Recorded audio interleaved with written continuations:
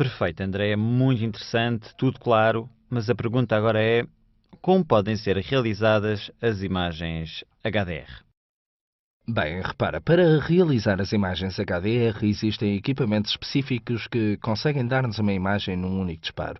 Porém, não estão ao alcance de todos e são utilizados em âmbitos específicos, como dizia antes, nas projeções 3D ou por quem realiza jogos de computador. Contudo, podemos realizar este tipo de imagens de uma forma um pouco mais elaborada, mas mesmo assim eficaz, combinando a fase de captação com a de Hum, pós-produção. Assim, na fase de captação, precisamos, antes de mais, de captar uma série de imagens do nosso alvo com diversas exposições para registar todos os valores de que falámos anteriormente, das sombras mais escuras às luzes mais uhum. altas. Então, havendo a necessidade de realizar mais imagens, é obrigatório o uso do tripé, precisamente para ter imagens estáveis e que, sobretudo, sejam perfeitamente sobreponíveis depois na fase de pós-produção.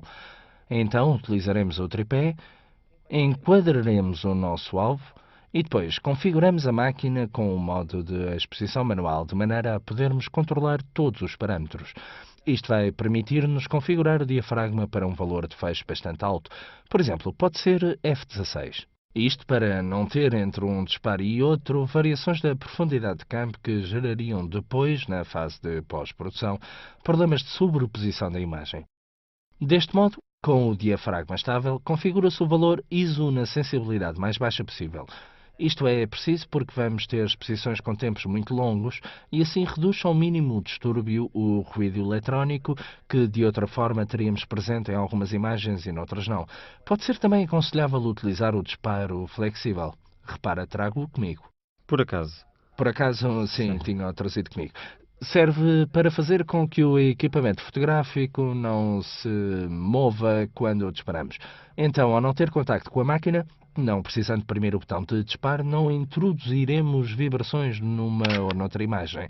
Na ausência do disparo flexível, podemos configurar a máquina no modo de temporizador, de forma a retardar o disparo alguns segundos em relação ao momento em que premimos o botão. Ah, E esperar assim um tempo que permita atenuar as vibrações. Neste ponto mede-se a exposição tanto nas áreas de máxima sombra como nas de luz mais alta. Por exemplo, se estamos num bosque e queremos fazer uma foto da paisagem, mediremos a exposição na parte do céu, entre a folhagem das árvores, onde teremos valores de exposição muito altos, uma vez que há uma luz muito intensa, e depois mediremos as áreas de sombras mais fortes, portanto, na base das árvores, nas áreas escuras. Neste ponto, começamos a disparar uma série de fotos, variando a exposição de um stop entre uma e outra. uhum. Por exemplo, se dispararmos para o céu configurando F16 com um tempo de um quingentésimo, começamos por fazer uma sequência de disparos prolongando o tempo de exposição até chegar ao necessário para reproduzir corretamente a imagem na área de sombra. Então, a partir de F16 e 1 por 500, os disparos serão F16, 1 por 250, F16, 1 por 125 e assim por diante até chegar à exposição mais longa. Uhum. Terminada esta operação, teremos uma série de fotos que depois, na pós-produção, iremos unir para gerar a imagem HDR.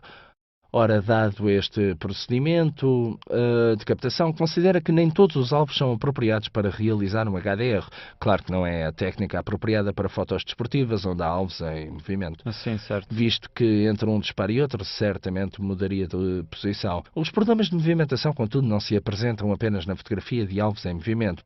Poderias também ter problemas nas fotografias de paisagem, onde às vezes num dia ventoso as folhas das árvores podem mover-se entre um disparo e outro. Ou também um céu com muitas nuvens, em que a sua posição não é constante. Visto que este procedimento exige pelo menos alguns minutos, irão certamente variar a sua posição. Por isso é necessário terem atenção com que alvos queremos aplicar esta técnica, porque é estritamente necessário que todas as imagens sejam perfeitamente sobreponíveis. De outro modo não funciona. Se não, uma vez sobrepostas as imagens, teremos os valores de exposição de todas as áreas, mas teremos um efeito estranho, uma vez que existem áreas da imagem que estão presentes em alguns disparos e noutros não. Deste modo, quando tivermos todos estes disparos, podemos, como te dizia na fase de pós-produção, unir estas imagens, unindo todos os dados de exposição que adquirimos com os diferentes disparos e teremos assim uma imagem HDR completa. Penso que o Renato já te mostrou isto.